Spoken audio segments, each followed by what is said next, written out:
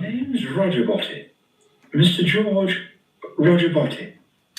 Hello, darlings. Good evening, and a very warm welcome to, what day is it? Wednesday. A very warm welcome to Wednesday, and more specifically to Wednesday Night Live with me here, coming in your eyes and ears, direct from Windy Bottom, here in the lovely, sorry.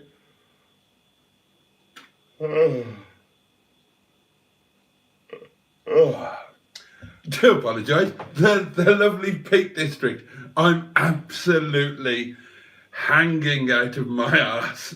It was another late night last night. I was up early this morning, so I was all excited about editing that video so that it could die on its arse. And oh God, I need to sleep for about a week. But I'm so glad to be here, and I'm so glad to be with all of you guys. And gosh, well, what a night it was last night, was it not? And I think we'll be talking about that, and it's continued today to a certain extent as well. So let's try and keep up with the comments and try and make tonight a little bit more about you, with a response to your kind comments and interactions within an hour of you actually posting the bloody things. So let's crack on. Matt _. Good evening to you, sir. Jimmy Quinn, good evening, Jimmy. I'm very well, thank you, and I hope you are too. Ski Kulg, oh, and the man of the moment, Psychonaut 7, who we who I think we're going to be mentioning more than once. And obviously, I mean, even before I go on, I've just got to say the most incredible and incredulous and humble almighty thank you. I suppose your your generosity, the word I would use to describe it is overwhelming. Gosh, I was bum swizzled last night, and I'm still bum swizzled today. Yeah, I'll try and find some words later on. And on the subject of Psychonaut 7's extraordinary kindness, as far as I'm aware, and I don't know exactly how it works, there are still some gifted channel memberships floating about. So if you're not a channel member, do make sure, and don't ask me how, somebody will know, make sure that you've got accepting gifts enabled on your profile, and you might well cop for one. Excuse me. Steve Cole, yes, good evening to you, sir. Rover Joe, Bosh. Boaty, good evening, Rover Joe. Lovely to have you here. Underscored has won one of those games that I don't understand the rules of. I think you have to spell whatever you're trying to spell out using the initial letters and then spell it vertically without another comment interrupting you. Is that right, Matt? And if that is correct, then he's won because he managed an uninterrupted Boaty, which is a rare thing, is an uninterrupted Boaty. Are you on the wonk? No, you're not on the wonk, are you? I think it must be me that's on the wonk, because I always think that you're on the wonk. And when you're as tired as I am, you're bound to be a bit wonky. Oh, cheers. Cheers, darlings. Your very good health. Excuse me, frog in the throat again. Joe says, good evening, everyone. Good evening to you. Simon, Project MGTF, a community channel, if ever I saw one, says, some say he's a god among. Others proclaim they once saw him strangle a chipmunk for a half-eaten sausage. It is written that God created him on the 8th day, but forgot him in the Bible mentions. All we know is that he's Boaty. All right, I like that.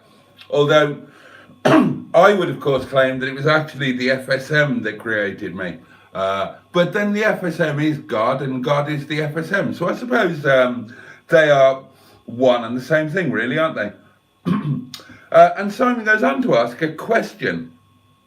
Are the steel wheels for a Rover 75 the same width as the MGZT wheels?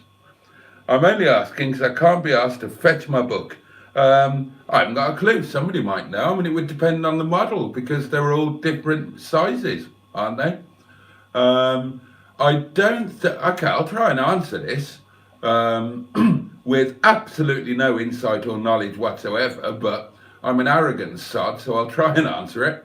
I'm going to say yes, sometimes.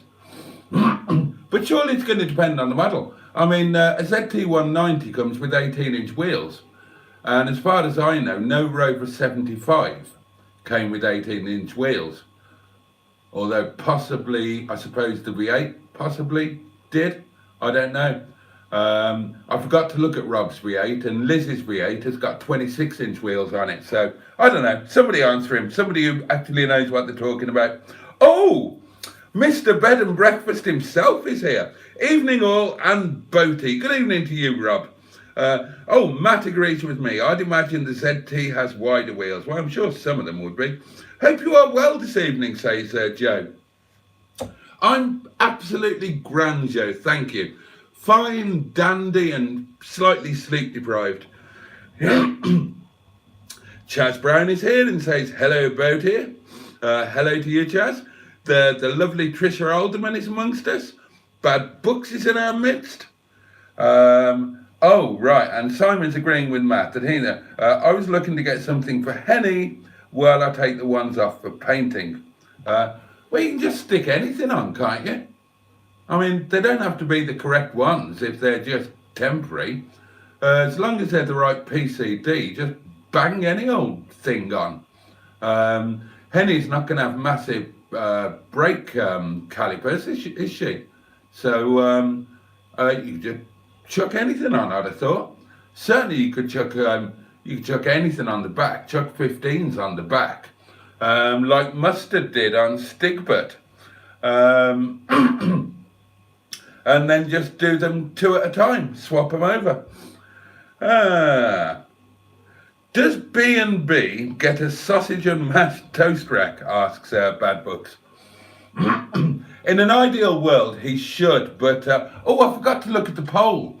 Bear with while I just switch onto the poll. I'm assuming that nothing has changed. Bear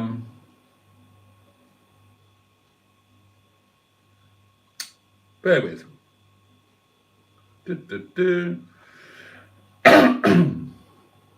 Groups.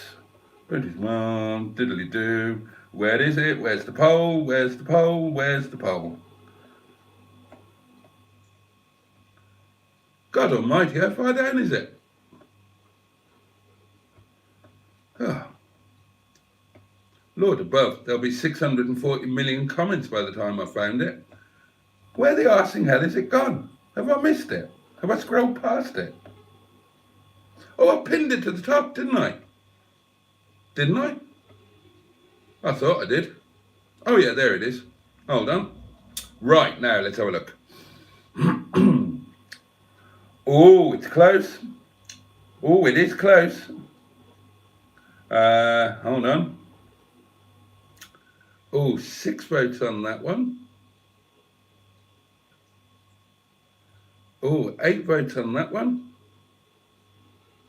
5 votes on that one. Okay, well, the results of the great Boaty's World Bangers and Mash Off are in. In third place. In third place is me with my sausage and mash. Which one was it? Dish 8. Oh yeah. In third place is me with my Chatsworth House spring sausage with seasoned buttered Tewkesbury mustard mashed potato, steamed green beans tossed in butter and black pepper, and a beef stock, white wine and white pepper gravy. In second place is Simone of Hooked on Classics with her dish entitled Is Desperate Dan Lurking Anywhere? But our winner, our glorious winner, and the deserving recipient of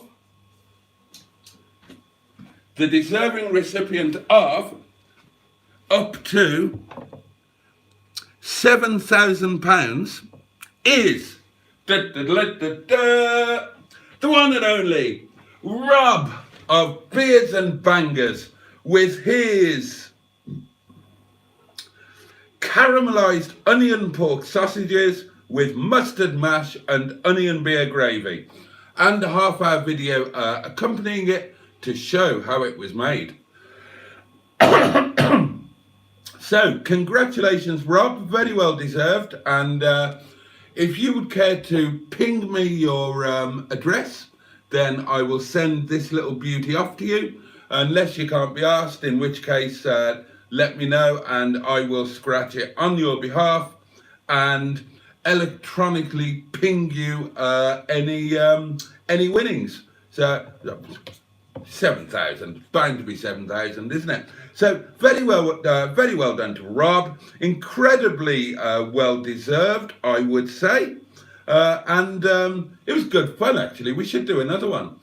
I did mention the beans on toast off, but that's probably a bit too limited, isn't it? If anybody's got any ideas for another culinary challenge, do shout them out. I'm all ears. Right, splendid. Simon bids all of the people of the interwebs a good evening. Oh, Mustard's here. Good evening, Captain Mustard. He says, hello, everyone. Boaty asks Matt, what's the plan for Sunday? Do you want a ticket just to park, or are you joining us in the museum? Well, I'd better do the whole thing, hadn't I? It did occur to me after last night that I really should remember that it's about the community as a whole. It's about us as a whole. Not about my petty individual grievances. So if you're all going in, then I would like to come in with you, please, and be part of the gang. And I need to look at what the details are. I know where it is. I only work down the road from it. So I need to check the details out and work out whether I need to take sandwiches and all of that sort of thing. But yeah, absolutely. I'm with you lot, and should be a good day. Thank you for bullying me into doing the sensible and reasonable thing. Oh, and remind me to cancel the pub lunch event. We'll do that another time, or a breakfast or something. Beardy buttocks, Boaty, says the lovely Pingu Concord. who is also deserving of a special mention for his efforts to find some parts for Stigbürt and then negotiate the best deal with the best parts, which is very much appreciated because I am so out of my depth with that.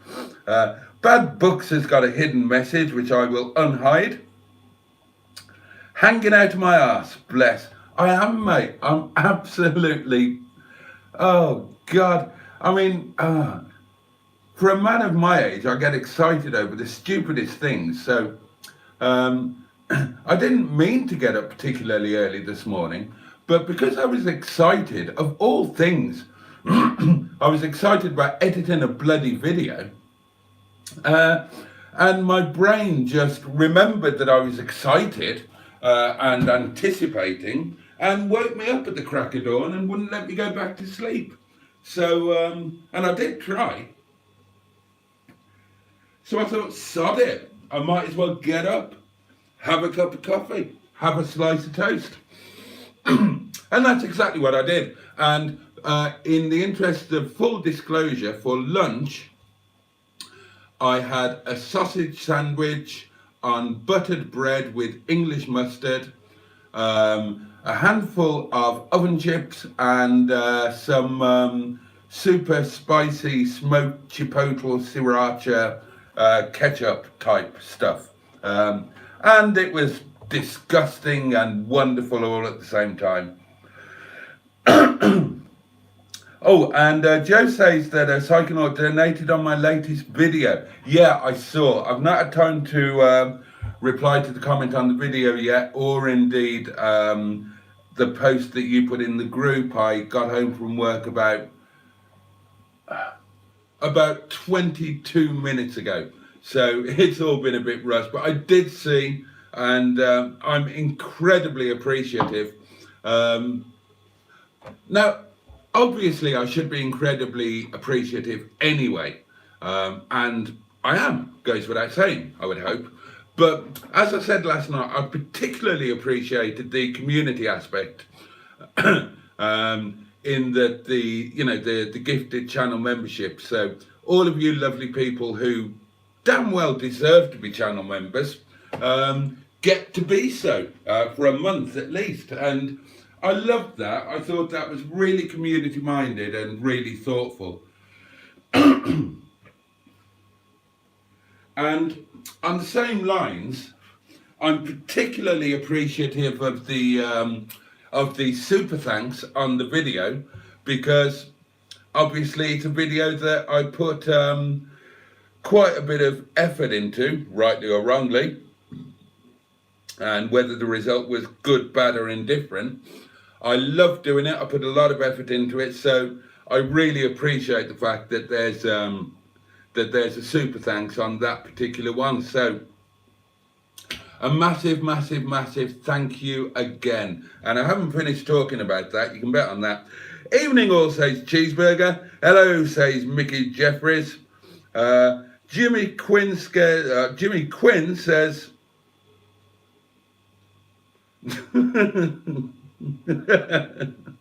Right, okay. Oh, and Matt says I've got the rules to his daft game. That's good. Simon says, oh, well, I'm not sure what Simon says. Org, auch, ow, oh. He says AUGH. I cleared all of my phone words. Now I have to type usernames out each time. Oh dear. Simon and Rob were wonky, says Matt. Were they? Were they really? You know, wonkiness, it's an increasingly common problem, especially as you get a little bit older. Do you have a P.O. box, says Joe. I've bought you a few gifts and I'd love to send them to you. Thanks. Right, Joe. Well, first of all, that's incredibly kind of you. Thank you very much. Second of all, no, I don't have a P.O. box. Maybe I should have, but for some bizarre reason, I trust all of you lovely people, and I've got no problem with giving any of you my address. Most of you know it anyway. It's out there in the group, and God knows it's easy enough to work it out from the videos. Plus, I do sell a couple of bits on eBay, and under the distance selling regulations, I have to have my address available on public display anyway. So no PO box here, Joe. Just ping me and I'll gladly give you my address, or it's there in the group somewhere, or probably anybody else watching this can tell you what it is. They all know. Hands up anybody who doesn't know my address, or my phone number, or my inside leg measurement, or where I keep the bog paper in the bathroom. Oh God, I have no secrets from you guys, but that's incredibly kind of you, Joe, and I really appreciate it. Mustard says, I meant to call you today, but I forgot to. Perhaps you noticed this. I did notice you didn't call me. I didn't realise that you meant to, because I kind of wouldn't know that. But to be honest, I've been up to my arsehole in video editing all day. I mean, it probably shouldn't take all day. Maybe I'm just not very good at editing, or maybe I'm not very good at filming, which makes the editing more difficult. Mustard and I have got very different approaches to filming, as I think most of you know. He knows what he wants to film, films it, and turns his camera off, and that means minimal editing. I tend to just let things roll and see what happens. But today was a particularly difficult edit, because I used 3 cameras on yesterday's filming thing. So you've got 3 sets of the same footage from different cameras, and you've got to try and knit it all together. And that makes things a lot more complicated, and different sounds and all of that sort of thing. And I'm not very clever at this sort of stuff, so it probably took me a lot longer than it should. But yeah, so I know that you didn't ring me. I didn't know that you intended to, but I was fine with it, and we can always have a chat tomorrow. Sorry, I've got a dreadful frog in my throat. I don't know why it always happens at about this time. And I haven't poured the wine down the wrong way. I can't blame that. Oh, GPS OMG says, Project Nigel, I enjoyed your live stream last week in the garage. It was entertaining. Yeah, the live streams from the garage are, I think a lot of people would agree, better. Mustard is more relaxed. He's not worried about upsetting the calm of the family home around him. I think they work very well. And he would obviously agree, because I noticed in his new group, yes, a new group, ladies and gentlemen, on Facebook. Search for Project Nigel. Tick the thing that says groups, and it will probably pop up for you.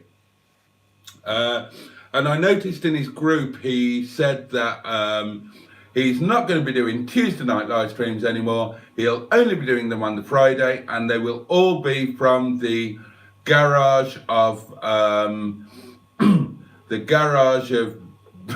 dim disappointment, or at least it was when the electricity was off. Oh dear. It's a warm one tonight, says Rover Joe. Oh, don't freeze the wine. Good shout. Oh, Chris Alderman is with us. Hello there, Boaty. Hello to you. Width, not diameter, says Simon. Yeah, I know. I'm not stupid. I know you mean width. I know what width is, and I know that's different to diameter. But the different size of wheels, diameter or whatever, they have different widths.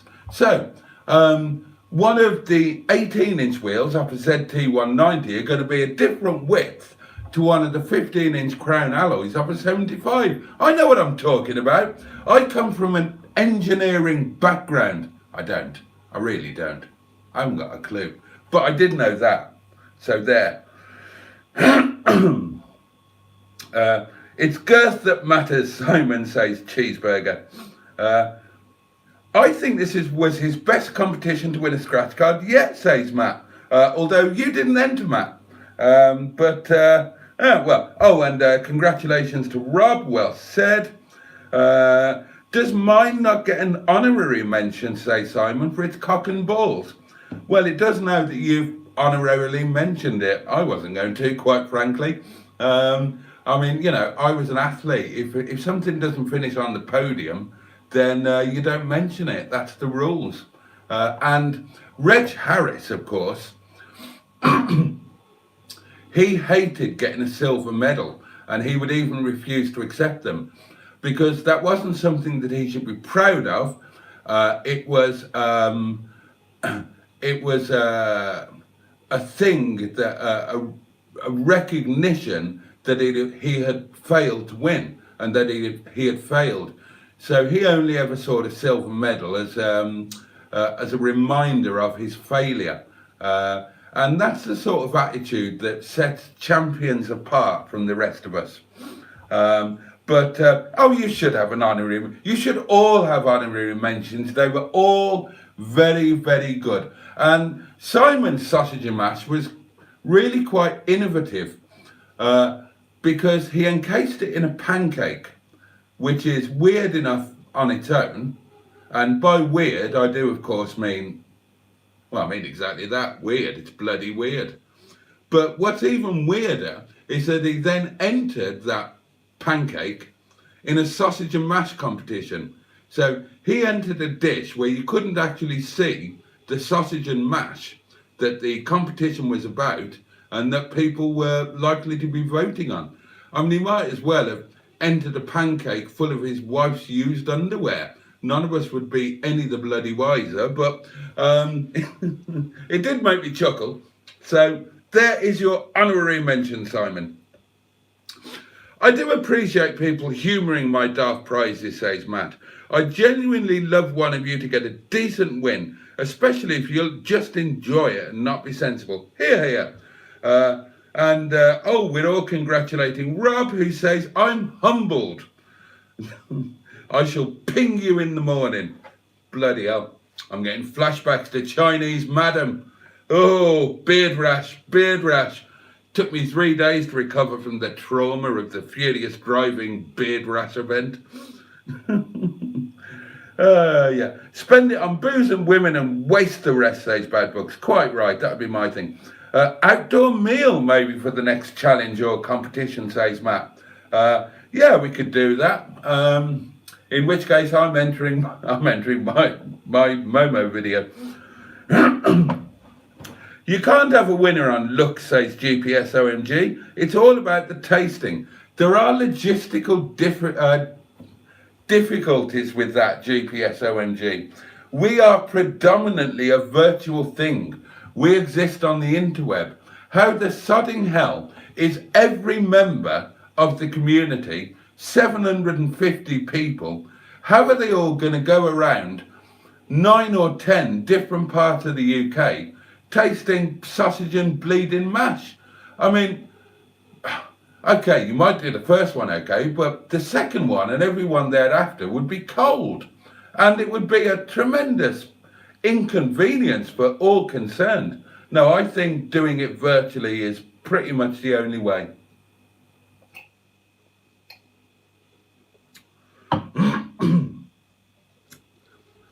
Oh, Cheeseburger says, Boaty was up early because Chinese madam has come back.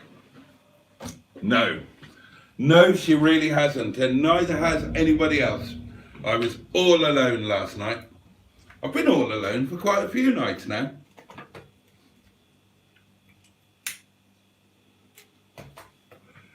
I keep forgetting about getting a Ukrainian wife. Or a British one. I'm not fussy, to be honest. You know, at my age and with every downside I've got going for me, I'd pretty much marry anybody who was willing to. Yeah, so there you go. If you spot anybody, you know, utterly desperate, point them in my direction. I'll get your ticket ordered ASAP, says Matt. The website for the museum is currently down when trying to book tickets. Oh, bless you. Thank you very much. Oh, and Matt says, Rob, I genuinely want you to win the 7K now. Well, so do I. I'd love him to win the 7K. If Rob wins 7K, all the prices of Streetwises will go up. Oh, Jimmy Quinn. Bloody hell, Jimmy, you've been slumming it. Food news. Jimmy Quinn had a McDonald's Big Tasty meal with a banana milkshake. Well, Jimmy Quinn normally eats like a god, or a king, or a Gordon Ramsay, or a New York Times restaurant critic. What the hell were you doing slumming it with a meal that cost less than 10 quid? You've not been taken poor, have you, Jimmy Quinn? Do I get a share if you donate on the videos I'm in? Asks Matt. We'll discuss that, Matt, if and when it happens. Oh, a health review. Jolly good.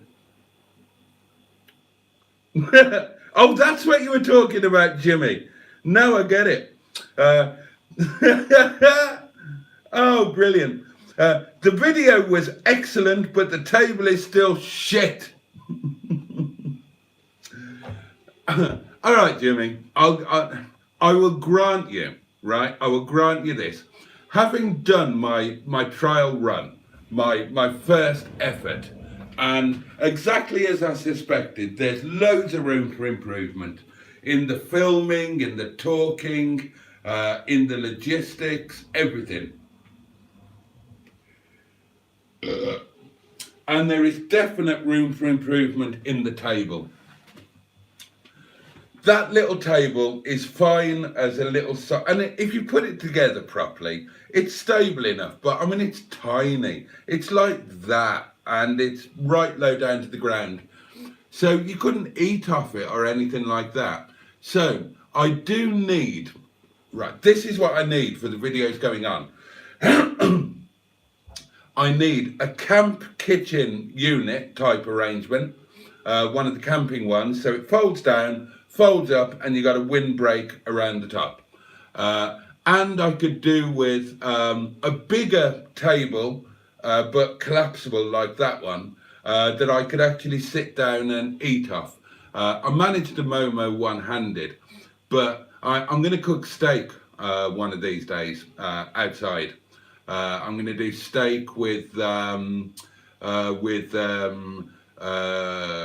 lyonnaise and all of that sort of thing. And if I do something like that, I'm going to need it to eat it. I'm going to need it on a table where I can properly dig in with a knife and fork. So I do accept, Jimmy, there is improvement needed in the table stakes. I am keeping my eyes peeled on Facebook Marketplace. There was a camp kitchen that looked a bit shoddy, but looked as if it might clean up on there for a £5, £5. And I've messaged the seller about it, but the seller hasn't messaged back yet. So sooner or later, there's bound to be a table and or a camp kitchen coming up on Marketplace, relatively nearby, nice and cheaply. So yeah, that will happen. Yesterday proved that I am going to need that. I didn't want to go mad in case I was only ever going to do it once or not at all. And it was just a passing fancy, but it's not going to be. I loved it. I absolutely loved it. And I loved the video, imperfect as it is, even though it's not doing particularly well on views as yet. Although I hope that it might be a slow burner and it might get picked up a bit. But the point is, I'm definitely going to be doing more. Oh, right, Joe says he'll PM me and get the address. Cheers, mate. You're welcome. Multiple camera footage is easy once you get a method, says Simon. Well, how does that help? I mean, how do I get a method? What method? I need more. That is no help. That's like saying flying a plane is easy once you learn how to fly. I don't know what the method is. Oh, actually, I did work out a bit of a method. Actually, to be fair. Doing it with 3, I could see that, at least with the handheld one, when I was watching the footage from a fixed camera, I could see, obviously, when I was then recording footage with the handheld. So I knew which part of the handheld footage to go into to cut and edit it in. So maybe I do know a bit of a method.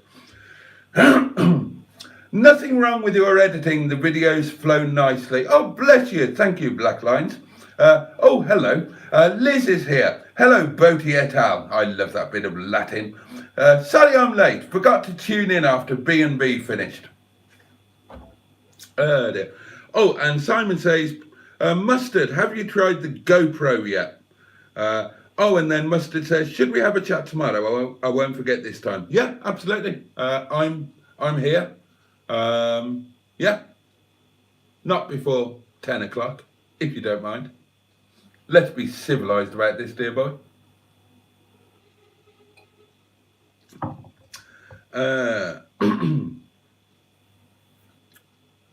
Where?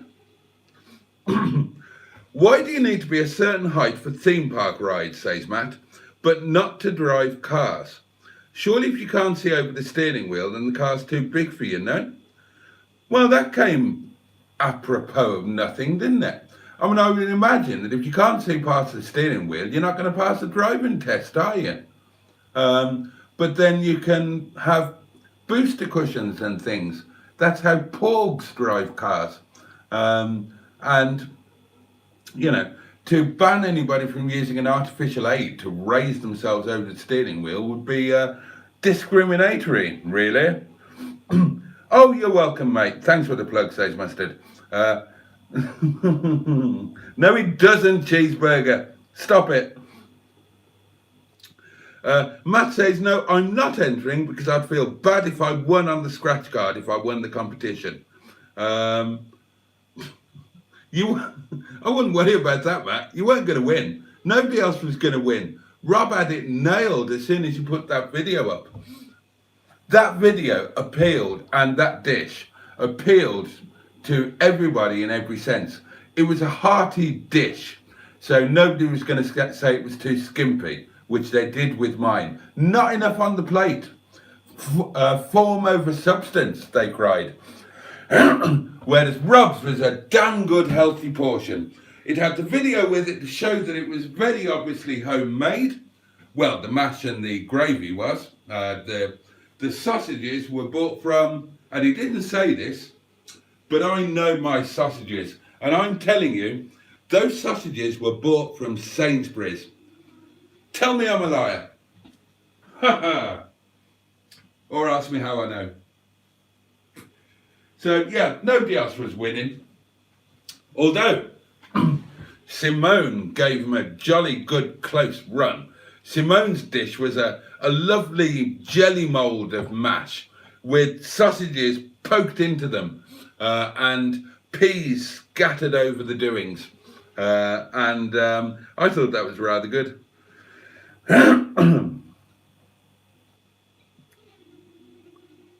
Oh my God. Hopefully no one did that trend I've seen going around where people make mash from putting Pringles in water. Bloody hell, that's dreadful, pure evil. Buttocks, well done, Rob, and hi everyone, says Ross, Dinosaur Dad. Outdoor meal or picnic maybe, says Matt, talking about future competitions. Boaty does ready, steady cook, or ready, steady wankers, as Gordon Ramsay always used to call it. Oh, what? Oh, you haven't, have you? Oh, bloody hell. Really? Oh, my God. Joe says, oh, no. Oh, God. I've bought you some Hecko wind deflectors for your TD4 as a mega thank you for continuing to upload content and lives in the evening after a hard evening at work. Oh, bloody hell. Oh, I don't know what to say to that. And oh gosh, well, what an absolutely lovely thing. Oh, I'm a bit overwhelmed again because, again, on a double level, because obviously any gift, any thought is incredibly kind in and of itself, but you've got no idea how much I really wanted wind deflectors for Boo. I don't think they look right on all cars, but I think they would look fabulous on Boo. They'd really add to the Land Rovery image. And of course, it's not something that I can either afford or justify. So they were kind of on a very long-term wish list of one of the things that I'll do in time. I've got a long list of stuff like that, stuff that I'll do eventually when my shit comes in, you know, and it's all stuff it's not pivotal. Getting Stigbürt back on the road, that's pivotal. That's like a priority thing, obviously. Stuff like the wind deflectors are a whimsy, a treat. And I kind of don't get many of those because I've chosen a lifestyle where I'm perpetually pissing poor. And I'm not asking for sympathy. It's my own choice, you know. I could go and get a proper job, I suppose, or I could not drive a bloody fleet of Rovers, or I could not spend all of my time on YouTube. But and there's, even if I had money, then there's always something more deserving than. So I'm really touched by that, Joe. Thank you so much. And I can't wait. That'll be a video, won't it? Fitting wind deflectors to Boo, and then I'll fit the mirror ones as well to match, that have been in there forever. I showed you them, didn't I, the other night? Joe, I don't know what to say. Thank you so much. Oh, I'm really excited about that now. Oh, wind deflectors on Boo. That'll get the views up on my Land Rover lunch videos. Oh, that'll take me well into double figures. Over the 50 mark, I would warrant.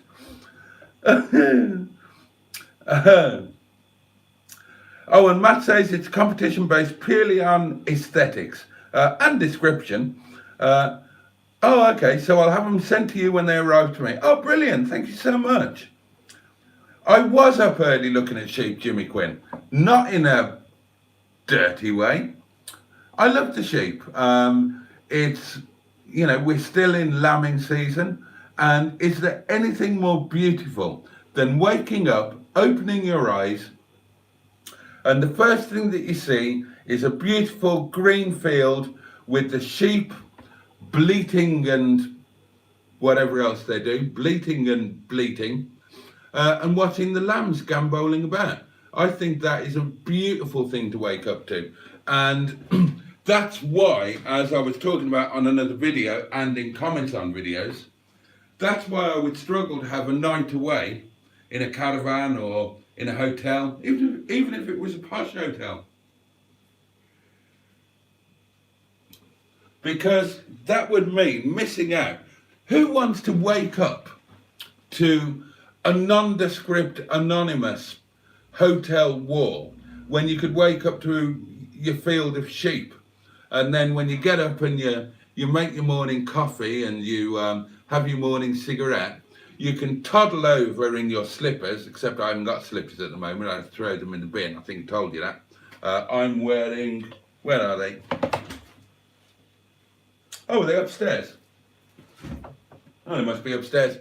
I'm using my shoes as slippers that I can't use as shoes anymore because the soles have worn out and they've worn too thin. So they're okay as slippers in the house, but you can't use them outside. Because if you step on anything, it just immediately goes into the sole of your foot. Anyway, why am I talking about all of that? But yeah, so that was the point. The point was, as I said to Gemma, the lovely Gemma. I was having a discussion with Gemma in the comments on a video or a Facebook post. Might be the Facebook post actually. When she was talking about spending the night away, and I said, look, the reality is, if I'm ever within 4 hours drive of Windy Bum, I'm always going to drive home. I'm never going to stay overnight somewhere else. I've got to do the drive anyway at some point, so it doesn't cost anymore. You save the money of not staying at a campsite or in a hotel or whatever. But even if I didn't, I would still drive home, because unless I'm away, unless I'm in San Sebastian or Vegas or the Maltese Islands or somewhere, I would just rather be here. I love it here. That's why I'm here. I'm not here accidentally. I'm here entirely out of choice and because I love it. That's why I've struggled my ass off to hang on to the place, even when I became too poor to really afford it. Anyway, back to the comments. I'll be falling behind again, won't I?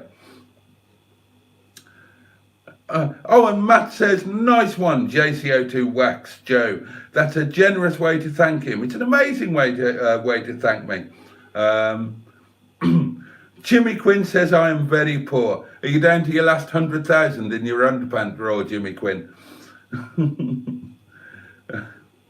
Oh, cheeseburger. Rover Joe, the only thing Boaty does is ready, steady, dump.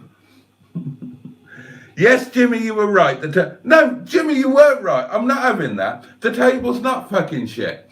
For what it is, a small side table that is lightweight, easy to transport, folds up into a very compact little thing. For what it is, it's brilliant. It's not shit. It's just that for certain table requirements, i.e. anything that you need a table for that doesn't involve the table being that high off the ground and only big enough to put a small half plate on, I agree it's no good, but it's not shit. Simon says, what are you going to do if you plan a cookout but it's raining? Cook in the back of the Land Rover, Simon. Put an umbrella up, or just not do it, or find somewhere undercover. That could be a challenge. Yeah, if I went out and it was raining, then maybe I'd have to change my plan and do it underneath a motorway bridge, for example. One of those bridges where there's a bit, that could be part of the challenge, couldn't it? If it's raining, find somewhere where I can do it in the dry. And underneath the bridge would be the thing that immediately sprang to mind. In fact, that would be a really cool thing to do. I quite like that. Maybe in the... No, I would never do that. Yeah, do it under a bridge. That's the answer to that. That picnic table is collapsible, but in the wrong way. My little one. Yeah, that was just me arsing it up.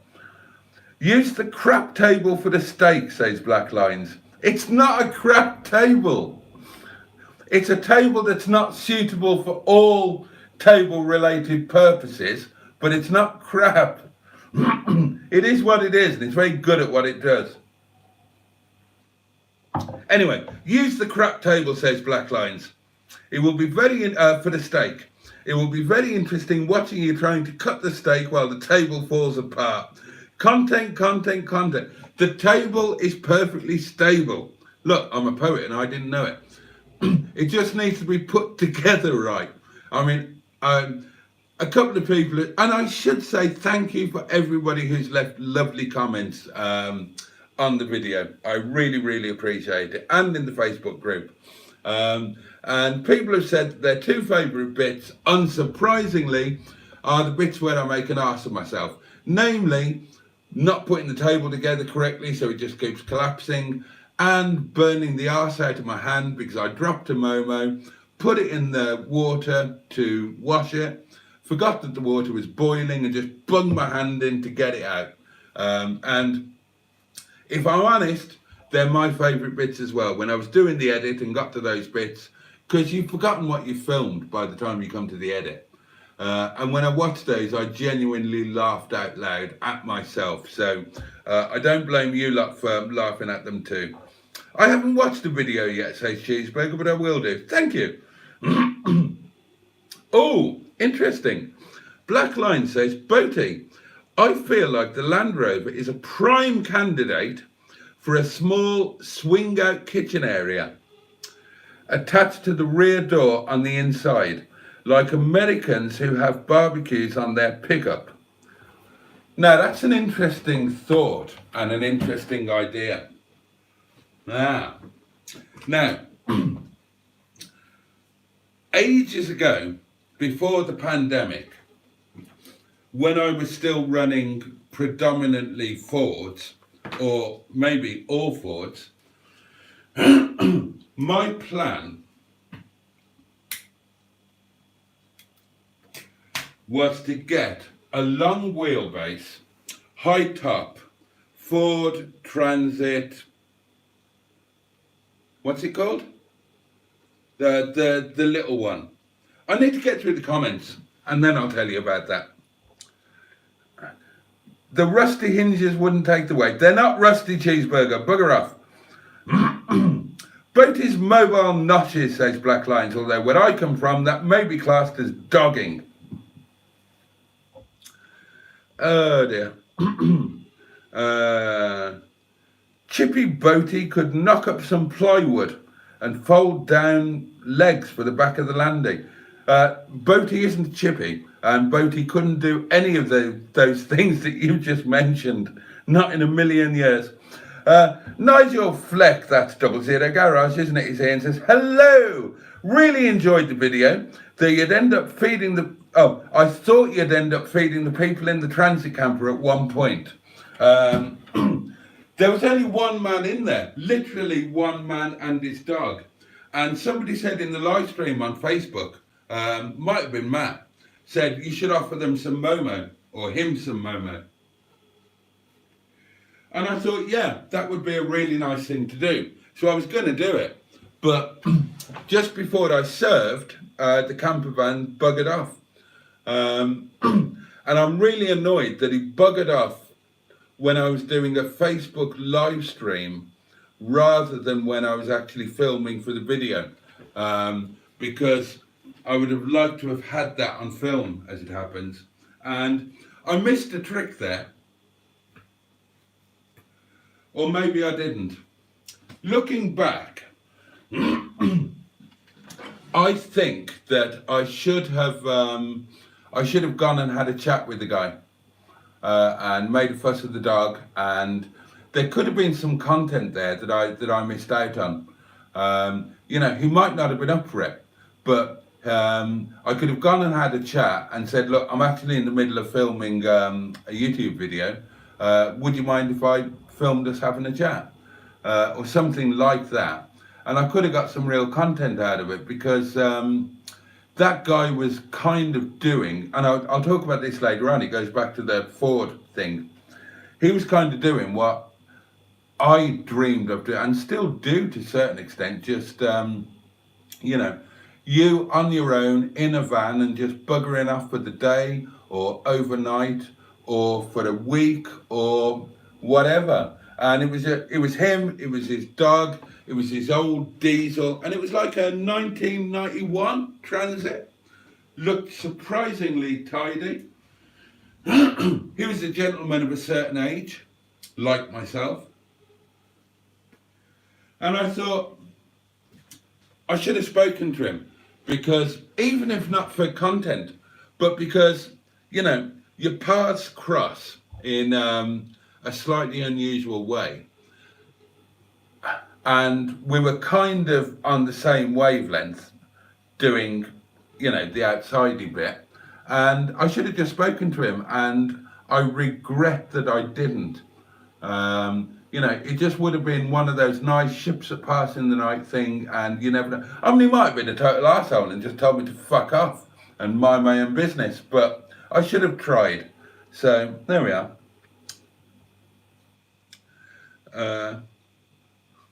Oh, you cheeky sod, Simon. Wind deflectors come in useful around Boaty. I'm not that bad. You wouldn't notice me when Mustard was around. You only need wind deflectors if you have hair, says Cheeseburger. Okay. I have hair in various places, actually. Well, says Matt, £7 bottles of wine seem to pale into insignificance when compared to this week's gifts. That's not fair. I thanked you fulsomely and endlessly for all of your kindnesses. I bloody had a winegasm over your bottle of wine. Don't say I wasn't fully and duly appreciative. God above. I'm so glad you're happy, says Joe. I really am. And that is why I bought them for you, as I knew you would never treat yourself to a pair. And it means a new video on the channel. Agreed on all counts. I'm genuinely touched. Yeah, it's going to be amazing. I can't wait now. I cannot wait.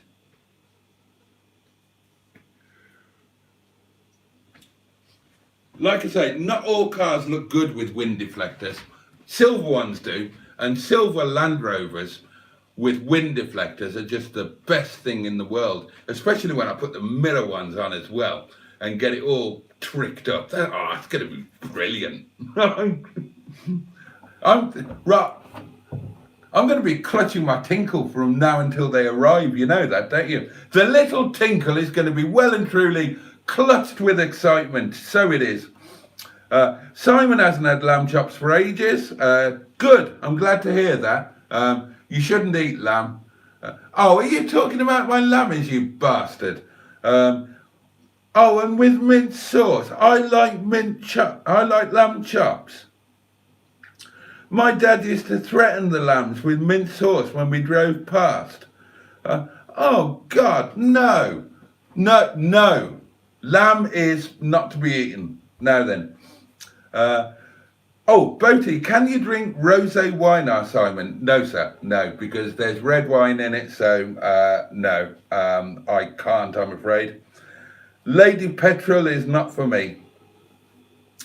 Oh, Cheeseburger still shouts mint sauce at lambs. You bastard, Cheeseburger. You utter bastard. You couldn't do that if you lived where I did.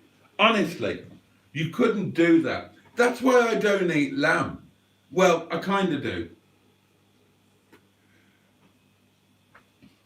I eat kebab meat. Not often, but I eat it. And I know that there's lamb in there. But I couldn't eat lamb. I could never eat a lamb chop. I could never eat roast lamb. Not a leg of lamb bloody... Oh, I hate the idea of it. And I know that's hypocritical because I eat cows and chickens without a second thought. So I know that I'm an utter hypocrite. But oh God, it's just waking up and lambing season is just incredible. That's the best part of spring for me, are the spring lambs. They absolutely make my heart bounce with joy. And you lot are talking about mint sauce. You utter rotters. Sleep in the caravan on the yard and wake up to the cockerels and security man. Well, that was Gemma's idea, Mustard. She is desperate for some reason for us to go away in the caravan overnight. And I explained that, you know, you're a family man and you don't, quite rightly, you don't want to be away from your girls. So she said, well, keep the caravan in the yard. You sleep in the caravan overnight. You and Mustard can still get drunk and do all of the filming and live stream and stuff, but he can just get a taxi home. I don't want to sleep in the yard. I don't want to sleep in the yard for all of the reasons that I've bloody mentioned, i.e. wanting to come back here, but I also don't want to sleep in the yard because I'd be scared. That yard's a scary place in the dark. It really is. I could be stolen. Somebody could break into the yard and steal me. Then what? Any of you not going to pay the ransom? I would choose the hotel wall, says Matt. Seeing my neighbour's wife in the hot tub when I wake up is not necessary. Oh, okay. Oh, bless you. Would you like me to buy you a pair of slippers, says Joe. I'm happy to. Then you're more comfy for lives and I can send them to you when the wind deflectors arrive. You've done more than enough, mate, honestly. I'm over the moon with the wind deflectors. Don't go mad. You don't need to send me slippers as well. Oh, that's really kind. Bless you. No, you don't need to do that. A hidden message from Mustard. Balls. I cocked that up. Oh, okay. And Joe says, I'd rather support you in things you need rather than YouTube gifts that they take 50% of. Yeah, there's well, I've spoken about that 1,000,001 times, isn't it? It's, you know, everything is really, really appreciated. And I'm genuinely so excited about the wind deflectors now. I have been thinking about them, in the way that I think about things that I would love. And I don't, I'm not annoyed that I can't have them. I just enjoy anticipating the idea that I might have them at some point in the future. It's the same idea with the stereo for Wetleg. Now, I don't need a stereo for Wetleg. Wetleg has got a stereo. It works really well. It's plumbed into your phone and it's grand. I mean, it's not fitted, it just slides in and out, but that doesn't matter. It just looks shit because it's that dreadful cheap Chinese one that looks like it's been it's got a vesicle, whatever you call it. And in an ideal world, as you all know, I picked out a stereo that I will swap it for. But I don't need it. That's just one of the things that you do when you've got disposable income. And I enjoy planning the things that I will do when I have disposable income, when I really make it big, when my videos get over 150 views. Oh, it's bound to happen one day with the sort of quality content that I put out. And once I bring back Boaty's bogs, you watch me. There'll be no stopping me. Oh, and Jimmy Quinn is still saying it's a shit table. It's not. It's not a shit table, Jimmy Quinn. It's a table that's not suitable for all purposes. That's all. Oh, dear. Oh, Cheeseburger says you need a small gazebo for rainy days. Do they do such a thing? If they did a small gazebo, that's something that I would actually be interested in. Something like Mustard's, but a smaller version of it, like a one-person gazebo. Do they actually do such a thing? And the other thing I wondered about, talking about the rainy day, and again, this is in the fantasy planning idea, what about a tailgate awning? But Boo has obviously she's not got an uppy tailgate, she's got an outie tailgate. And I don't know if those tailgate awning things would work on an outie one. I've got lots of things on my fantasy list.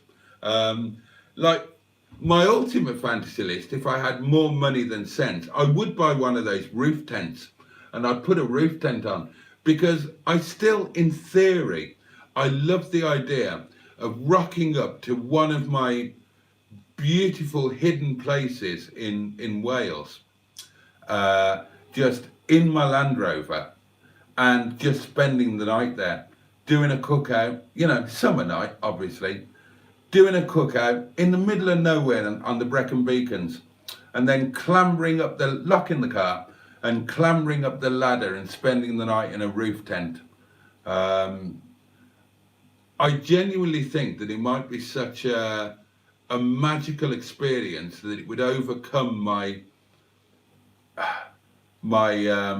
bewilderment at the lack of home comforts, a fridge, curry, and waking up to the sheepies. Yeah, I'd kind of love to do that. Like I said, I watched the video where Matt spent the night with his family in his, But that was on a campsite. That's boring. I know I would hate that. I know I would resent that. But doing it somewhere genuinely in the wild, somewhere genuinely beautiful, and then waking up at sometime after dawn on the roof of your car in a, I don't know. And I watched that Marry Life as well, and she uses a roof tent. And the way that she's got it set up, it looks bloody magical. So, yeah, it is there on the fantasy list. I don't know how we got there from slippers. Oh yeah, the small gazebo. Yeah, a small gazebo would genuinely be of interest. I loved cooking under Mustard's gazebo in the Yard of Dreams. There's something romantic about sheltering from the rain and the sound of the rain on the canvas. And yeah, I'd be up for that. I could put the gazebo over or just by the back of Boo. So, with the door open, and that would give me somewhere to sit. But I genuinely don't know if they do them that small. Somebody will know. Make a list of undercover places just in case, so you're not caught out. Oh, right, yeah, for the cooking out. Yeah, good idea, Simon. That is a good idea. If I was out in the peak, I wouldn't know where to go. So that could scupper me. But if I knew that it was going to be raining all day and I wanted to do it, I could deliberately just go to a place where I knew I could do it. And that would be quite good content, wouldn't it? Yeah, it would, like a motorway bridge, a tiny quiet road going underneath the motorway, and one of those bridges where there's room either side of the road. So I could just pull off the road, pull up onto the side and do a cook under the bridge in the howling rain. That'd be really good, actually. That would make good content. That's the sort of thing that people watch, isn't it? You do a really good thumbnail and give it a really good title. I don't know. I cooked beans on toast in a howling thunderstorm. Something like that. I like that idea. I like that idea. I'm going to keep an eye out now on my travels for a bridge like that. I can already think of one, and it's near work. I can't tell you the name of the actual road, but it's a massive bridge, and it goes underneath the what is it? The 838, I think. And there's a really good area where you could pull off, and it's not a busy road. So you wouldn't be getting 1,000,001 people flash past. So that would work. But if I could find somewhere like that more out in the country, I'll look. I will look. I'll keep my eyes open. Matt, keep your eyes open when you're out and about as well. Oh, and Matt says, cooking videos underneath the arches. Find different arches in the area. Yeah. I knew they'd be your favourite part, Joe. Oh, Jimmy's still banging on about the table. Transit Connect, that's the one, Bad Books. I'll talk about that in a minute. And Mustard says, predictable. Well, this isn't predictable. I have watched it, by the way, my video. That's not predictable at all. I'm amazed and grateful. I like the bit where you burnt your hand and the crap table. You haven't watched it, Mustard. You haven't watched it. You've just picked up on all of the other comments and my comments. You haven't watched that video, have you? I know you, and I know you've not watched it. You might have watched half a minute if you happen to have needed a shit between now and the time the video came out. But you just said that. I bet you an extra turnip pain for lunch that you haven't watched that video. I bet you. And I bet you I'm right.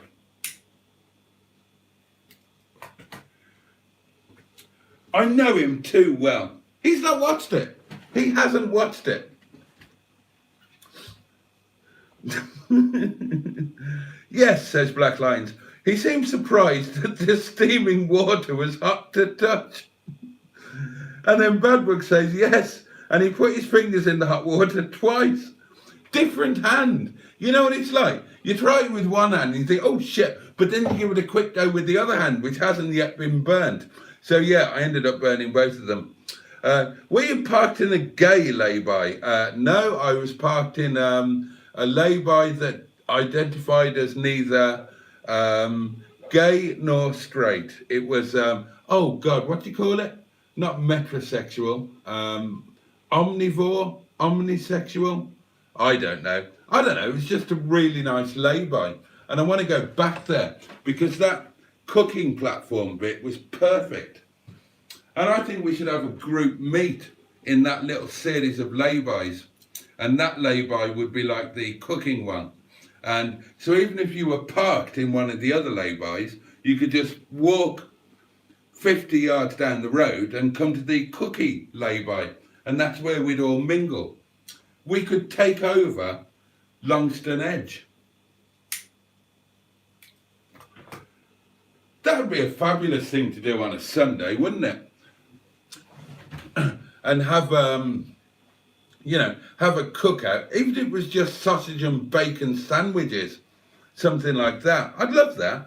I'd genuinely love to do that.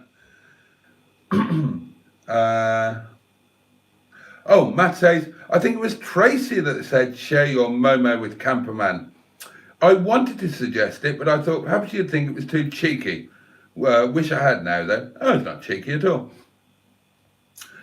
Boaty's collapsible stroke collapsing table is like a mini gazebo. Leave my table alone. I love that table. Boaty's van life. Yeah, something like that.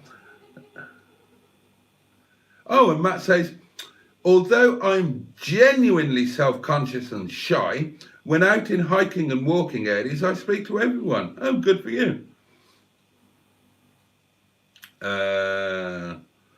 Diddly-do. Lamb and kebab meat cheeseburger, not much anymore. There is in ours. There is in our kebabs, and I eat those. Our kebabs are amazing. They really are.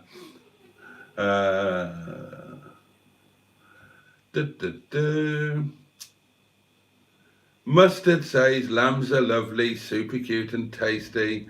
Oh, God. When I get to. Oh, and Mustard says, yeah, we do need a drunken night together. We definitely do. The people are calling out for it. I'm calling out for it.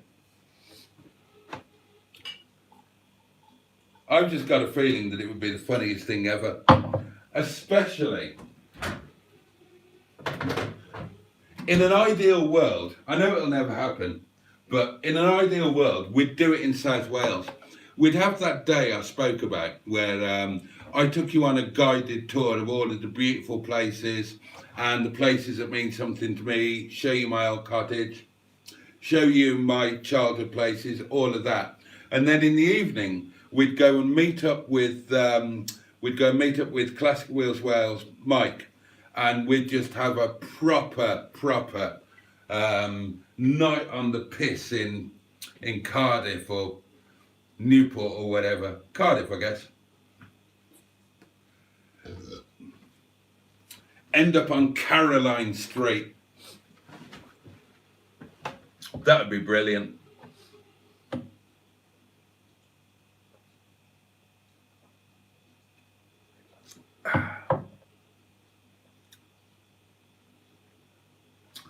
Cheeseburger says, Boaty knows when it's lambing season, when he's woken up at the crack of dawn to the farmer shouting, get off that effing tractor. Evening all, says Trace. Did I miss anything? No, not a thing, Trace. We've just been killing time till you got here, darling. Oh, Jimmy, says Trace. Jimmy Quinn created havoc on our stream tonight. And I hope he's brought that over to yours. Oh, thanks for that. Pure Evil says, wait, stereos aren't meant to slide in and out. Maybe I should have read those installation instructions. Well, some of them did. Do you remember the ones that used to have a little handle and you slid the whole thing out as a theft deterrent, and then went into the pub or the restaurant or home or wherever you were going, carrying your stereo like that. Bloody hell. You missed a lot, says you missed a lot, Tracy, says Jimmy Quinn, and it's shit. That's his word of the night, isn't it? And Tracy says, ah yes, I see Jimmy Quinn is here telling you everything is shit. And Jimmy Quinn goes on to say, if you got a small gazebo, that would be shit. The wine will go up the wrong un, says Cheeseburger. I have a fantasy, says Nigel, about Toya Wilcox and peanut butter. She makes me a sandwich. I wonder if they make a roof tent for a streetwise. I kind of doubt it. Caught out in bad weather, says Bad Books. Can't you make an emergency sandwich? That's not the point of it, is it? You have to do the cooking outside.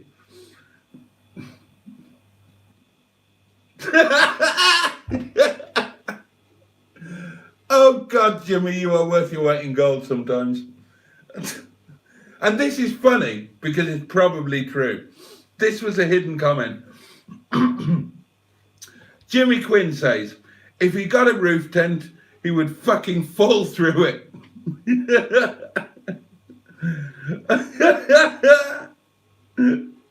Oh God, I probably would. Either through being overweight or being pissed, one or the other.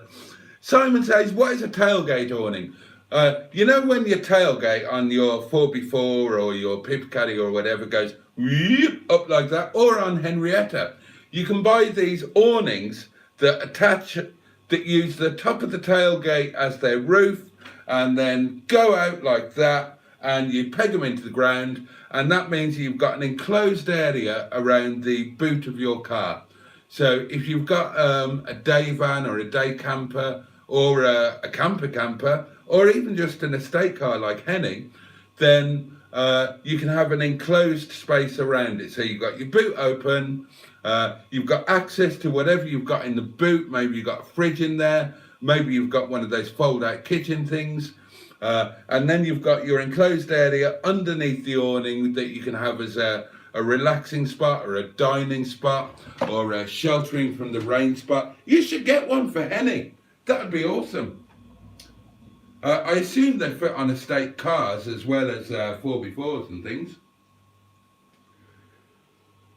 That would be a brilliant thing. I could see you doing that sort of thing. You and the lovely Julie, who I hope had a wonderfully happy birthday. Oh, and Nigel says, yeah, Simon, it goes on the tailgate, looks like a tent that you've reversed into. Yes. Yeah. Oh, underscore, says Trace, it wasn't me who suggested sharing the Momo. I think that was Ross. I was the one who named the table of spite. Good content, says Bad Books, for cooking out with roof tent camping thing. Oh, would be the lion enclosure at Chester Zoo. Thanks for that, mate. If you want somewhere undercover to cook, says Cheeseburger, try Spaghetti Junction. I've been under Spaghetti Junction, and I'm sure there would be somewhere there to cook. And you can bet some YouTuber will have done a stealth camp underneath Spaghetti Junction. Probably a load of them have.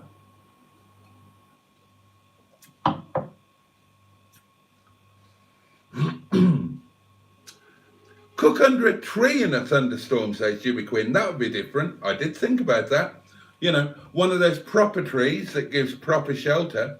I often used to, when there was a torrential downpour, when I was out on the bike training, I would often find a real proper well-leaved tree that you could genuinely shelter under and stay dry. It'd be fabulous to find one of those to actually cook under.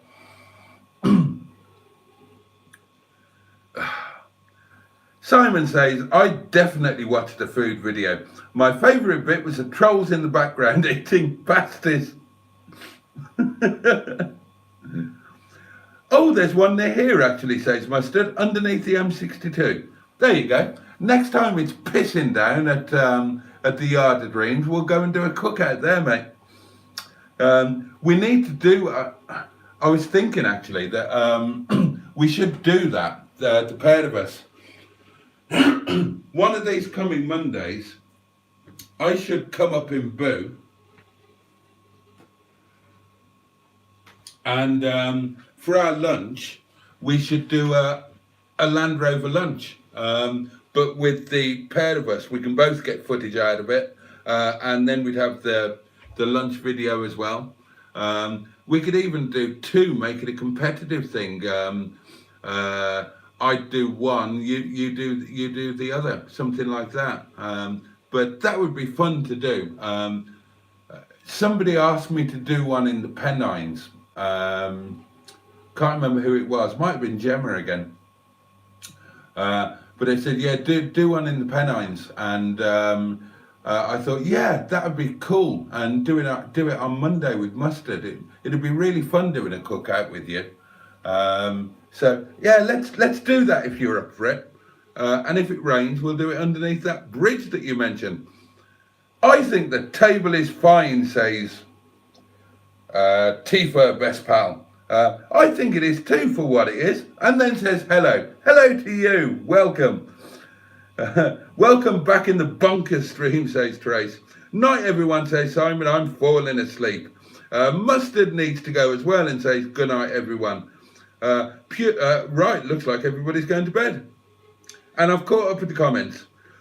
What's the update on Stigbürt? When is Boo going green laning? Okay, right, it is, yeah, it's time to start saying goodbye, my darlings. I'm going to mention two things. One is to carry on about the Transit Connect. When I had all of the Fords, it was before the pandemic, and you could buy an already converted long wheelbase high top Transit Connect really quite cheaply. And I was browsing them, looking at them, thinking sometime soon, next year, before next spring, I'm going to swap things about, sell some cars, buy one of these, and I'll either just have it as a day camper, because even back then I was thinking about doing the cookouts. And I thought I'll either have it as a day camper, and a lot of those had the swing out kitchen, you know, and I'll just have days out where I go into the wild and make food and have a tramp about. Exactly what I'm planning to do now, but I was planning to do it even then. And if I'm really brave, then I might do an overnight on Monday nights. And I had a long chat about it with Nikki Nunu, my lovely neighbour, my nearest neighbour. And she was saying that, because she's got a van as well as a car, and she was saying, yeah, I've done that in the back of the van. It's not converted or anything. She just put, you know, put an air mattress in there and a sleeping bag. And when she was out in the wild, because she likes to hike and walk and cycle and do all of that, and she slept in the van, and she said, you should do that. You would love it. And I was genuinely planning to do it. But then before spring came, the pandemic hit. And because everybody wasn't able to travel, the price of vans like that, either vans that had already been converted into day cans or mini campers or micro campers or whatever you call them, or even vans that hadn't been converted that could be, the price just tripled because everybody was starting to do stuff in the UK, remember? So that idea was kind of shelved. And is still shelved, but it's still something I'd love to do. I'd love to have a day van stroke possible overnight thing. Whether it would still be a Ford Connect, I don't know, because that wouldn't be on brand. I'd love an old Sherpa. That would be fantastic. Or even something like a Discovery, converted a bit into a day van, something like that. But in the meantime, I'm really chuffed that I've managed to cobble together enough little bits and pieces that I can at least play at it in Boo, my lovely Boo, who I adore. and who is going to be getting wind deflectors very soon. Oh yes. How excited am I about that? So yeah. So at least I'm doing something. It might not be the fantasy thing that I'm doing, but I love doing it. I love the video. I'm going to be doing more. I will improve them. And there you are. That is that.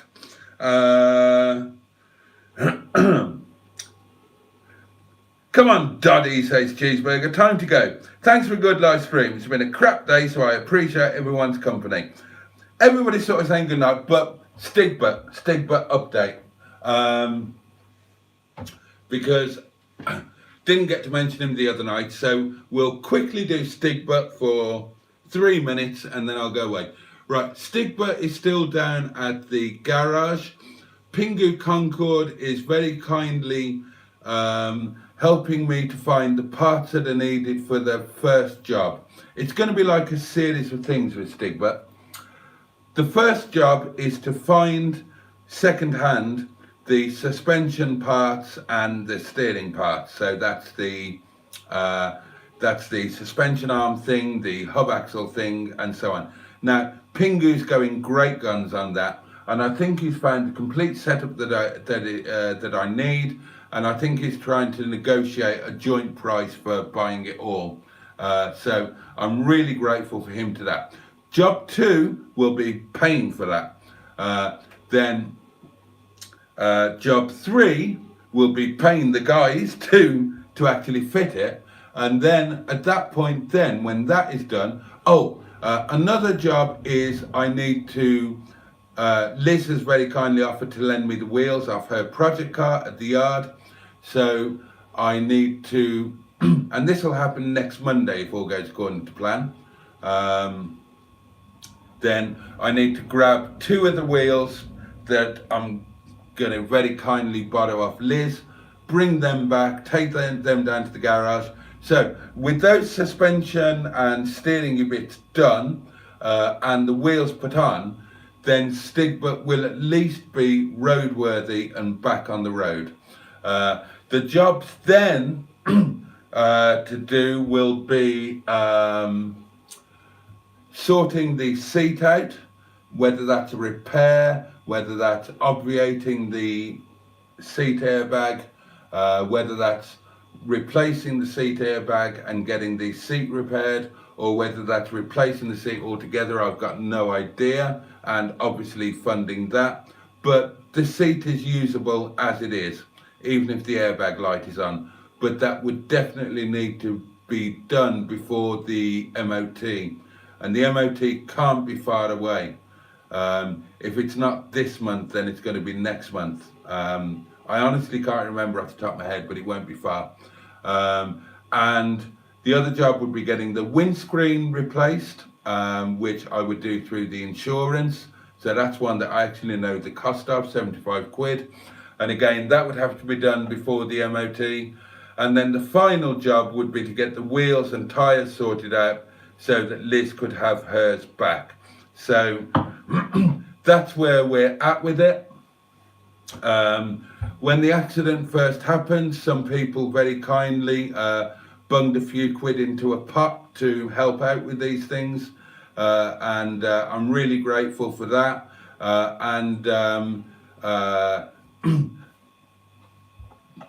There's been a bung into the pot since Stigbürt went into the garage, and I'm really grateful for that. And obviously there was the incredible kindness of Psychonaut 7 last night, which I'm ridiculously grateful for. But do remember that because that was a YouTube thing, then that's money that I won't actually get until the end of June. So that's going to be incredibly handy for Stigbürt in the later on jobs, but it doesn't help with the immediate ones, because as I say, that the way that YouTube works means that it happened in May, and you get your money from May at the end of June. So you're always between a month and 2 months behind. But that's brilliant, and God knows I'm not knocking it. because that'll be a really handy little lump that comes through at the end of June, and you know, that will sort a seat or a windscreen or even both potentially. So yeah, that's where we're at. And yeah, that is the complete update. We know where we are batting from. We know what's needed. Pingu's on the case trying to find the parts. The lads down at the garage, they're fully aware what's going on. They're hanging onto the car for me. They will do the work at reasonable, you know, kind of mates rates. I'll do a bit of filming. I'll give the garage a bit of publicity. Pingu will get the parts at the best possible price that he can. Liz has helped out with the wheels. I'm sure between us we can find out how to get the seat sorted, and the windscreen will be done through the insurance. So yeah, it's all there, ready to be done. And hopefully I will manage to get all of it done. And a massive thank you to anybody and everybody who's helped in any and every way. So, brilliant stream, Boaty, says Jimmy. Very entertaining, that's very kind. The cooking video reminds me that it's been too long since I've found an excuse to go driving about the Peak District. Always loved heading over when it's past. Not a million miles from me. Yeah, you should all come and drive around the Peak District.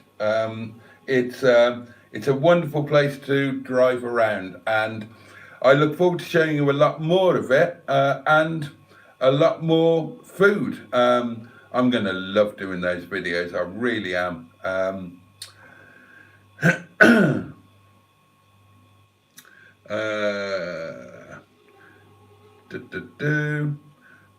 Brilliant live as always, says Joe. Sorry I haven't been as active as normal. I'm falling asleep. It's been a long day. Thanks, Boaty. Good night, all, says Matt. Good night, says Nigel. And we're all saying good night, and everybody's about ready to go.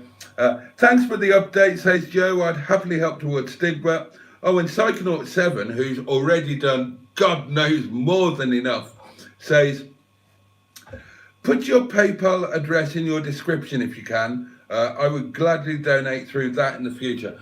Right, well, just so everybody knows, and I've mentioned this before, my PayPal address is in the description of every single one of my videos. Literally every single one. And it will be in the description of this one about half an hour after I finish. It's any video of mine that you go to, or certainly anyone within the last 6 months, the address is in there just in case anybody wanted to chuck anything towards any particular project or need, and wanted the money to get there immediately and didn't want YouTube to take 50% of it. So yeah, I mentioned it the other night. Most YouTubers, if not all, will have a PayPal address in their video descriptions if you have a read through, and it is for that reason.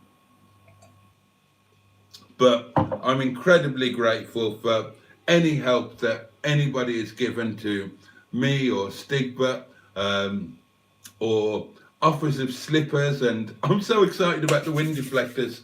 But honestly, there was a comment, I think on this live stream earlier up. No, it wasn't, it was in the Facebook group. And Joe was talking about how incredibly generous Psychonaut 7 was. Absolutely.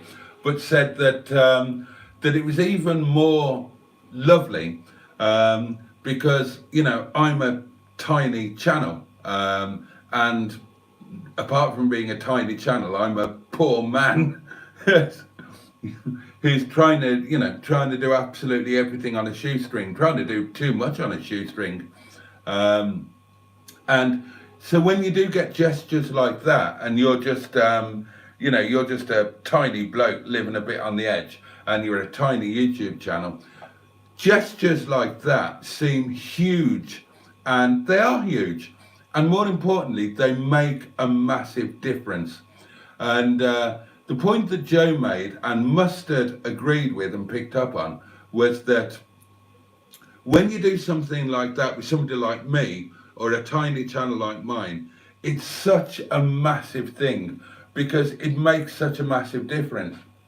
It will literally be, as is in this case, Stigbürt would never be repaired without your guys' help. And that's just the top and bottom of it.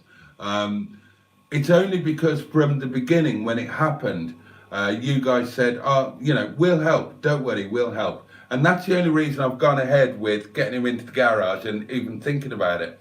Because without you guys, it would never, ever have happened. Never would happen. And I would have sold him as he is to an enthusiast who would do the work, get him back on the road, and you know, that would be the best thing for the car. And yeah, I'd have lost out, but hey ho, that's life. Life isn't always fair, you know. But that's the difference that these sort of things make with someone like me and with a channel like mine. These things are the difference between a car being fixed and not fixed. That sounds too, it just makes a huge difference. And I'm not too proud to say that there have been times both within YouTube and before on Facebook where kindness from the community has been the difference in the middle of winter. A little bit of kindness was the difference between me having central heating and not having central heating. I'm sure you remember that time. And that was the point that Joe and Mustard were making, that when somebody is a fan of a big, massive channel, you know, a big old channel, and they make a gesture like that, I mean, it's still a lovely gesture. The gesture remains the same. But it's like a drop in the ocean, and it won't be noticed as much, and it won't mean as much, and it won't make as much of a difference. Whereas when you do something like that with a small channel, it means the absolute world, which is why I got all overwhelmed last night and why I'm a bit overwhelmed now, because it's not just oh, that's a nice thing. It's a massive difference in my life and in the shut up and let them go to bed, for goodness sake. Oh dear. Thank you, Joe.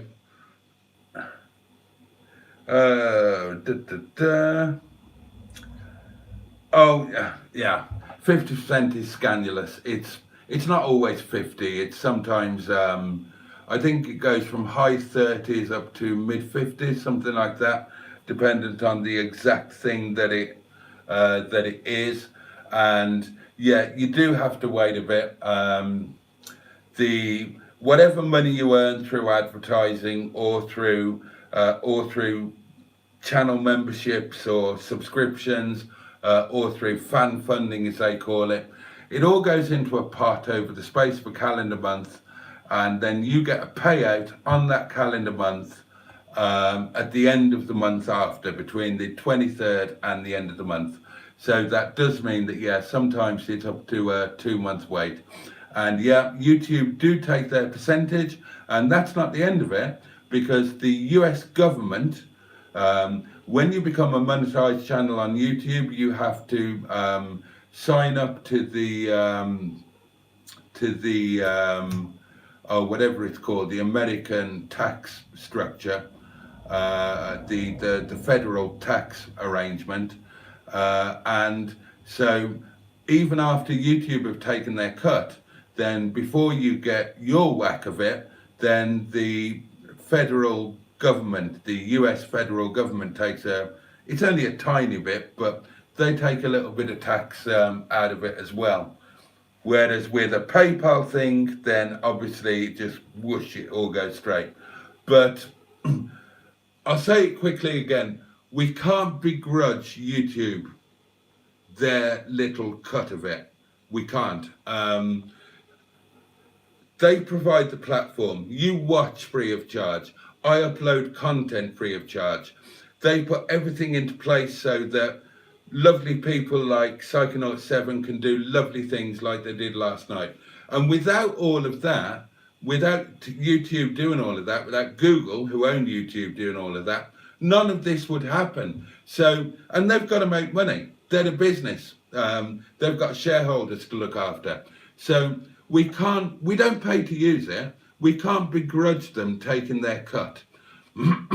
And I would never discourage anybody from doing the channel membership thing, from sending a super chat, from sending a super thanks, because it's fair enough. It's playing the game. And yeah, they take their little bit of a cut, but it means that we, the channel owner or content creator or whatever you want to call us, it's like a little savings account for us. Because if you're like me and like Mustard and you're living day to day, then any money that comes in is going to dribble out. Whereas when YouTube force you to save it up and you get paid out once a month, then that's a little lump of money, very little in my case, although less so thanks to Psychonaut 7. But that's a lump of money that you probably wouldn't have saved yourself because you'd have spent it on something, and that will pay for a monthly something. So Mustard openly tells people that he uses his YouTube money, it pays for his trade insurance. So that's something that he doesn't have to worry about. And he sets up his trade insurance so that the payment goes out just after the YouTube money goes in. And that's something he doesn't have to worry about. And he would have to worry about it otherwise. So it's a perfectly good thing. It's just that for something specific, like if you want your favorite YouTuber or somebody you're watching, if you want to send them 20 quid, for example, so that they can go out the next day and buy some heating or buy themselves, I don't know, a nice lunch with a bottle of wine because you've enjoyed something that they did, then that's the point where, look in the video description, there'll be a PayPal address, there always is, and if you send it that way, they get the whole amount and they get it immediately. So, you know, a mix of the two is ideal, and I'm waffling on, and you need to go to bed, as do I. So,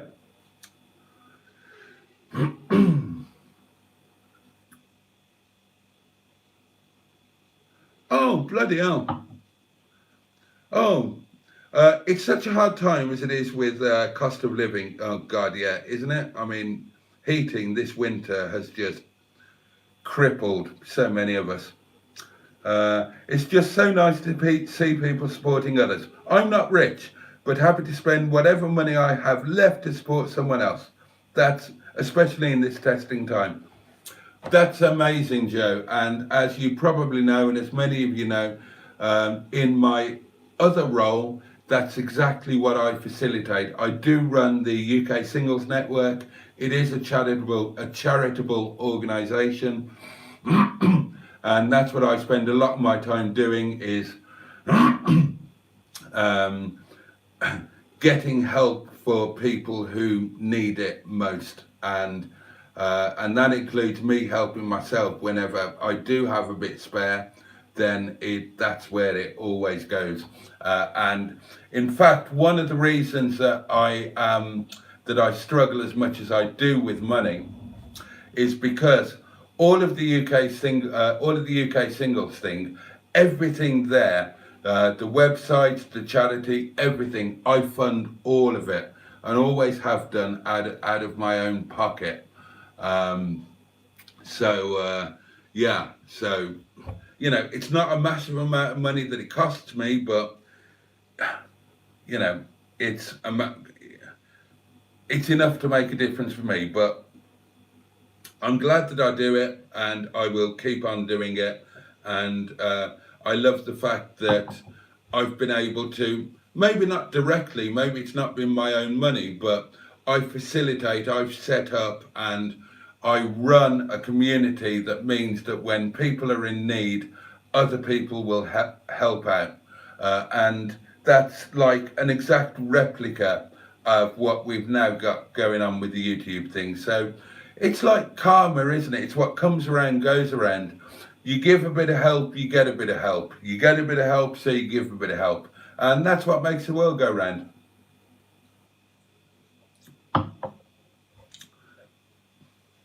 Oh, bloody hell. And Joe goes on to say, I've recently recovered from a car crash and lost my job. Oh, bloody hell. But these type of videos and lives keep me happy while I heal, etc. and keep my mental health on a good. Oh, blimey.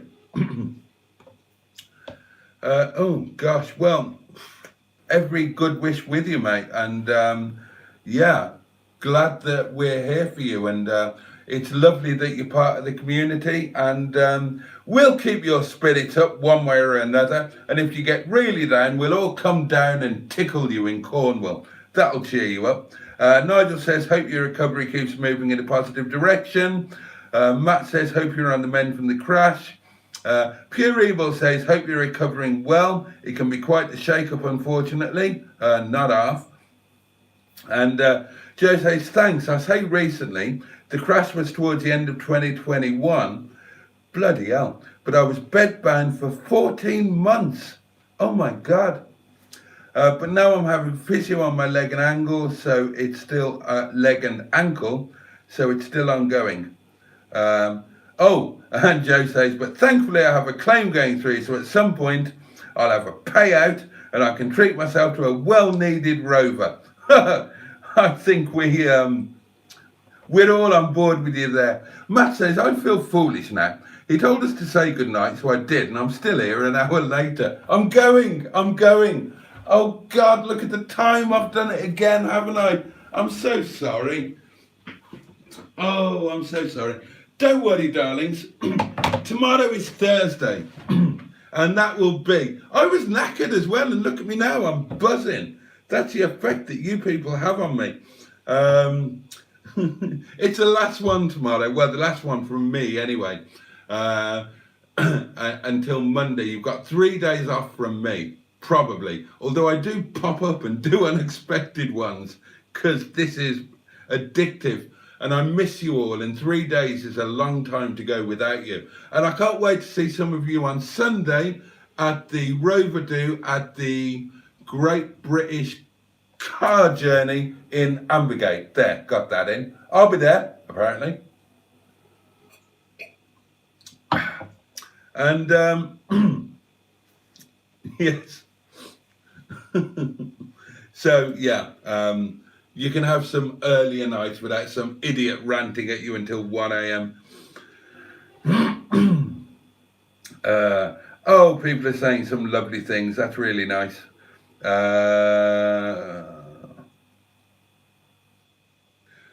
Matt says, I think I should buy the hat I posted in the Facebook group. Thoughts? It's a 70 quid hat, mate. If you want it and you can afford it, you buy it. I agree. It would look good on the back of a streetwise. Oh, and Pure Evil. I love this. I love this. I never could get the hang of Thursdays, says Pure Evil. And I love that because anybody who is a Hitchhiker's Guide of the Galaxy fan will just pick up on that immediately, right? Poor old Arthur Dent with a terrible hangover, wondering what had happened the night before. This must be Thursday. I never could get the hang of Thursdays. And then 10 seconds later, he's out on his garden path, lying in front of an advancing yellow bulldozer. Well done, Pure Evil. That was absolutely superb.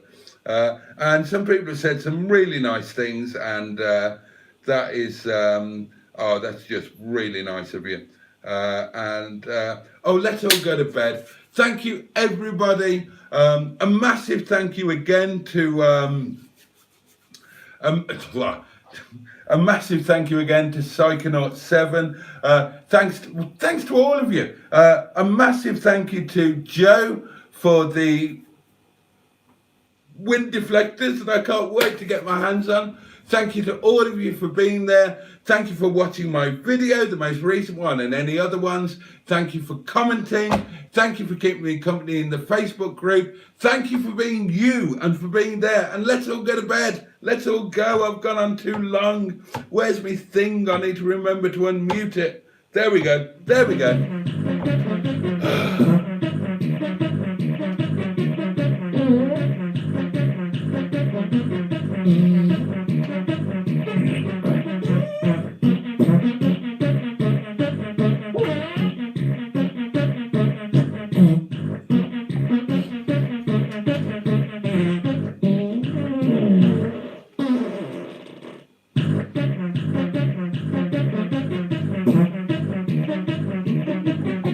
Cheers, darlings.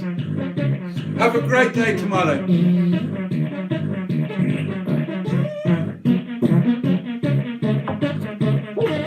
Oh, and congratulations to Rob.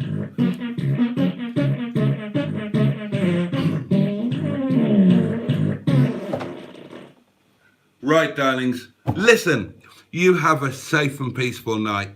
Sleep well and have the best day that you possibly can tomorrow. And I'll see you tomorrow night. Same place, same time. Night, darlings. Love to you all. Bye-bye.